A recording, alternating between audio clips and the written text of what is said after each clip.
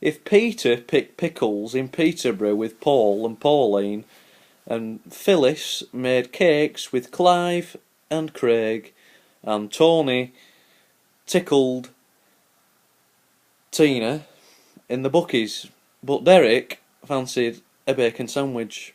So Derek finished in the bookies and went for a bacon sandwich. His bacon sandwich was very nice. He then left the cafe, from which he bought a bacon sandwich, and went to the chip shop. He went to the chip shop because even though he'd had a bacon butty, he was still a bit peckish.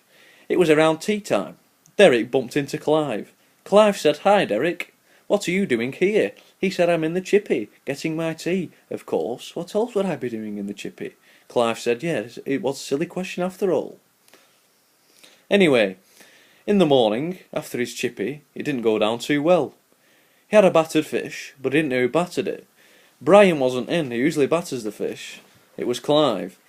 And the fish wasn't very nice. Maybe Clive had damaged the fish, because Clive didn't like him. Clive bought a car from him, and it was a bit dodgy. So he could have poisoned the fish, he could have done anything. But the fish got battered, and it wasn't battered correctly. So he went to the chippy, and he asked if Brian was in. Brian came over and said, "Yes, what's the problem?"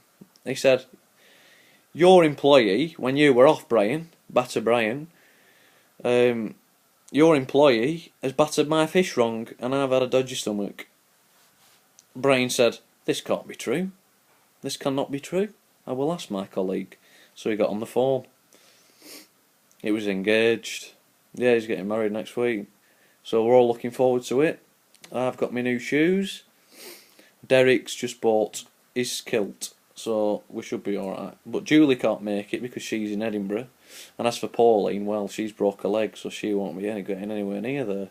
She might get there in a wheelchair, she'll have a really good day, but she might not do because her wheelchair's got a flat tyre, but she hasn't got a pump. So I'll leave that riddle with you guys.